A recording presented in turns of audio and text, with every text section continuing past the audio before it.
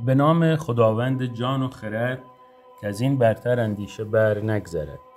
دوستان، یاران و همراهان گرامی، درود بر شما. اینجا کانال آینه زمان هست و من علی هستم. ممنون میشم که کانال ما رو سابسکرایب کنید و با زدن زنگوله از ما حمایت کنید و ما رو از کامنت های خوبتون بی نصیب نگذارید. بحث ما به اونجا رسیده بود که به پایان کار امیر رسیده بودیم و قرار شد که چند تا داستان فرعی رو که زمین ساز قتل امیر کبیر شد رو خدمتتون عرض کنم و چون وسط بحث بود این رو موکول کردم به این وایس و این پادکست. این چند تا داستان فرعی باید بهشون حتما اشاره کنیم تا بتونیم چفت و بست دلایل کشته شدن امیر رو ذکر کنیم. یکی از عمده ترین دلایل کشته شدن امیر این بود که ناصرالدین شاه یه برادر داشت که هنگام سلطنت او 11 ساله بود. مادر این فرزند محمد شاه یک زن کرد بود که خدیجه خانم نام داشت. این زن کرد فرزند یکی از دراویش بزرگ کردستان بود که میدانیم محمد شاه مسلک درویشی داشت و بسیار به عرفان ارج می نهاد و کلن این شاه عارف مسلکی بود. به هر حال پدر این زن یکی از دراویش بزرگ کردستان بود و این زن مادر این بچه بود که عباس میرزا نامش رو نهاده بودن. به علت علاقه‌ای که به پدرش داشت محمد شاه اسم اون رو عباس میرزا گذاشت که بعدها این عباس میرزا لقب ملکارا به خودش گرفت و چه سرنوشت شومی هم داشت که حالا از بحث ما خارجه. محمد شاه این زن رو به خاطر پدرش و زیبایی فوق‌العاده‌اش بسیار دوست می داشت.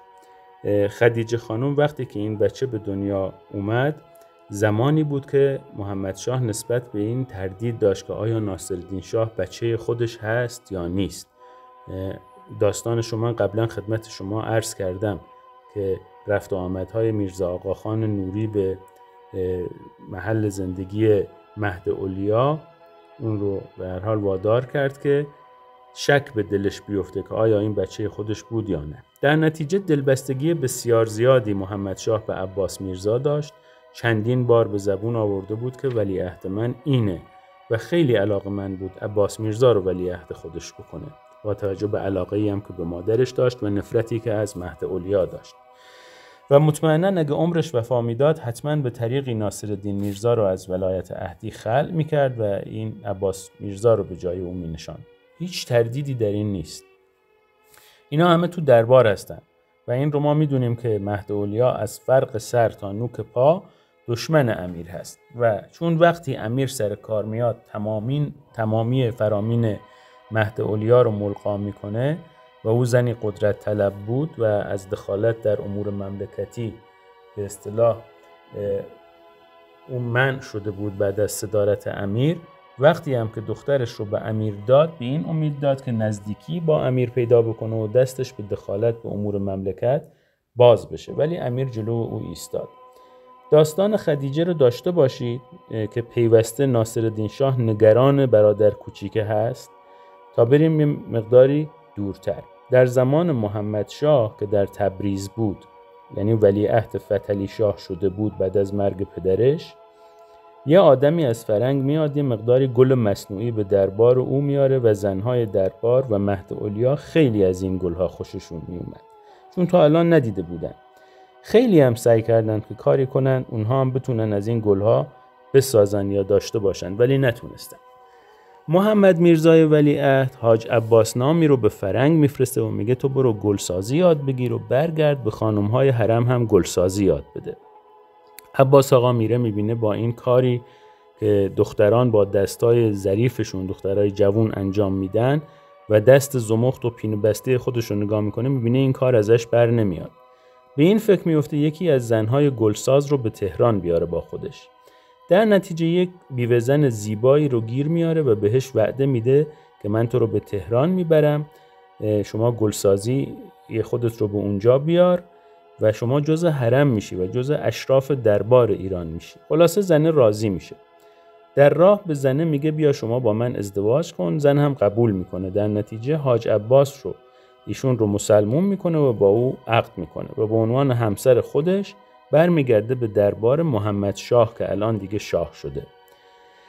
این خانم فرانسوی در دربار شهرت زیادی پیدا میکنه و به مادام حاج عباس گلساز معروف میشه.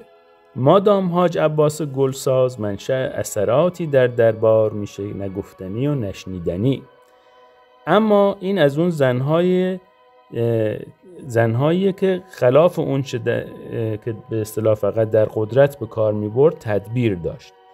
در زمان کوتاهی تمام آداب و رسوم زنان دربار ایران رو فرا میگیره و مثلا سفره ام البنین، مولودی، سفره حضرت عباس، آش رشته و بی سه‌شنبه و این چیزها رو کلا یاد میگیره، خودش رو با این مسائل جامعه ما تطبیق میده و آروم آروم دوست صمیمی و ندیمه مهد اولیا میشه. مهد اولیا هم که آدم قدرت طلبی هست و دوست داشت به اصطلاح درباره دربارهای اروپایی براش تعریف کنه، اینم مینشست براش درباره دربارهای اروپایی تعریف میکرد، براش کتابهای داستانهای ملکه‌های اروپایی و اثرگذاری زنهای اروپایی به دربار رو تعریف میکرد.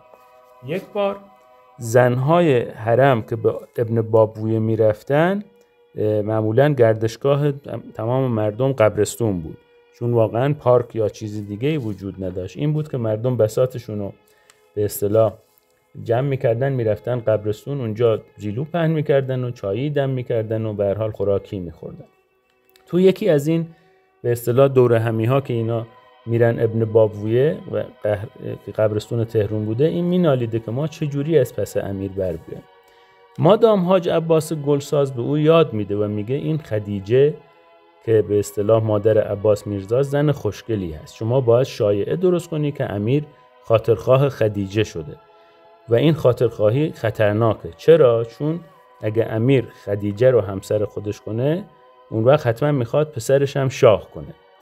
مهد اولیا این فکر رو از مادام حاج عباس گلساز میقاپه و تا میتونه این شایعه رو گسترش میده که امیر از خدیجه خوشش میاد. حالا امیر زنش خواهر شاهه و نسبت به خانواده‌اش خیلی هم وفاداره و از سرش هم زیاد میدونه این وفاداری رو و عزت الدوله همسرش هم میدونه که این حرف دروغه، اما در داخل حرمسرا و شاه این زمزمه ها رو میشنون.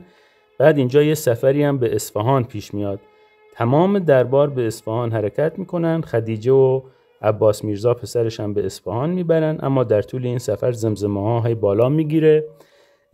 خلاصه و مهد اولیا اینو هی به گوش شاه میخونه تا اینکه در برگشتن در قم شاه فرمان میده که خدیجه و عباس میرزا در قم بمونن و حکومت قم رو به عباس میرزا میده. این فرمان رو هم بدون نظر امیر صادر میکنه. امیر هم عادت داشته اگه شاه فرمان غلطی میداد با او بحث کنه. امیر نامه‌ای مینویسه که قربان صلاح نیست یه آدم زیر نظر شما بهش حکومت شهر دوری رو بدید که از دربار دور بشه، این باید برگرده به کاروان. مهد اولیا به شاه فشار میآوره، امیرم از این طرف قرص وای میسه که این زن رو برگردونه به تهران. دیگه زن شاه اینجا کاملا بالا میگیره که امیر واقعا خاطر این زن رو میخواد. تو گوش شاه هم میخونن که امیر میخواد عباس رو به جای شما شاه کنه. این توی گوش شاه فرو میره، اینجا یه مقداری کینه به دل میگیره. این نکته‌ایه که در تواریخ نوشته شده ولی به اون توجه نشده. شاه در حقیقت تا این لحظه به خاطر اقدامات امیر مطیع اون بوده، ولی این بار از امیر میترسه چون مقام سلطنت خودش رو در خطر میبینه.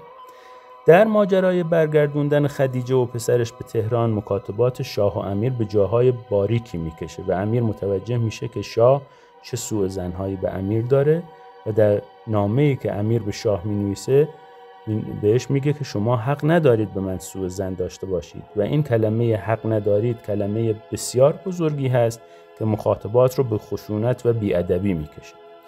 خلاصه وقتی امیر خدیجه و عباس رو به تهران میاره، سوء ظن شاه به حد اکثر میرسه. وقتی به تهران میرسن چند شب ناصرالدین شاه فکر میکنه و بالاخره یک شب نامه‌ای مبنی بر خلع امیر برای او میفرسته که شما به دلیل کار بسیار زیاد خسته شدید، من شما رو از کار صدر اعظمی معاف میکنم و کار امیر لشکری رو همچنان داشته باشید، فقط فرمانده ارتش ایران خواهید.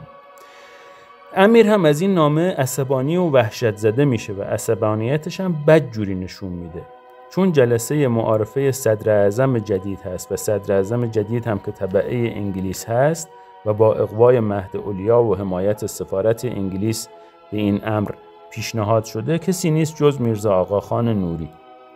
امیر هم به عنوان امیر لشکر به جلسه دعوت شده و به جلسه نمیره. این کار هم باز خشم شاه رو بیشتر برانگیخته میکنه.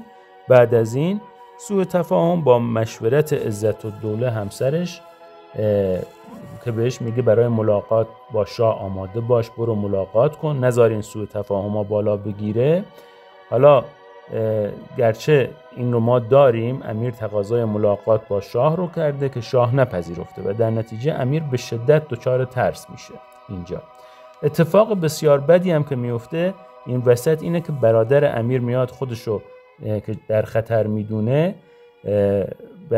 و جان خود و خانوادهش رو در خطر میدونه به سفارت روسیه پناهنده میشه. بعد از پناهندگی برادر امیر به سفارت روس، رابطه شاه و امیر اینجا تیره تر میشه. شاه از اینجا یه نامه مینویسه که شما از کلیه سمت‌های دولتی خلع شدید و دیگه امیر نظام هم نیستید. در اینجا یه حیله‌ای سفیر روس به کار میبره که قبلا هم در دوره قائم مقام به کار برده بود. یه عده تفنگدار سفارت روس رو به دور به اصطلاح خونه امیر میفرسته که به اصطلاح امیر رو تحت الحمایه خودش بگیره و از جان امیر در برابر شاه محافظت کنه. حال اون که شما میدونید که دشمنی سفارتین با امیر چقدر بوده. شاه وقتی میشنوه به اوج عصبانیت میرسه و به اونها پیغام میده جمع کنید گم شید، خواهر من منزلش اونجاست.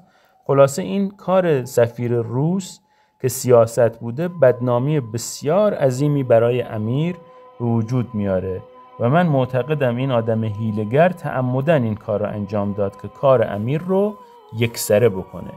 نهایتاً این که مکاتباتی بین شاه و امیر هست، یه ملاقاتی هم این وسط صورت میگیره. شاه میگه من حکومت اصفهان رو به تو میدم، اما امیر قبول نمیکنه. حالا چرا امیر قبول نمیکنه؟ چون معتقد اگه قبول کنه و از تهران بیرون بره، هر جایی بفرستندش مقدمه‌ای برای کشتن او میشه و رسم کار و فرمول کار در دربار قاجار اینه. در نتیجه برای حفظ جون خودش هیچ حکومت و سمتی رو نمیپذیره. اما چند روز بعد شاه حکم میده که امیر رو بفرستید به کاشان و در قصر فین این مرد بزرگ اقامت بکنه بدون هیچ سمتی. و من اینجا این پادکست رو به پایان میبرم و بقیه مطالب رو به پادکست بعدی به اصطلاح انتقال میدم. تا اون موقع خرد یار و نگهدارتون باشه. ممنون میشم که با سابسکرایب از کانال ما حمایت کنید. خرد یارتون.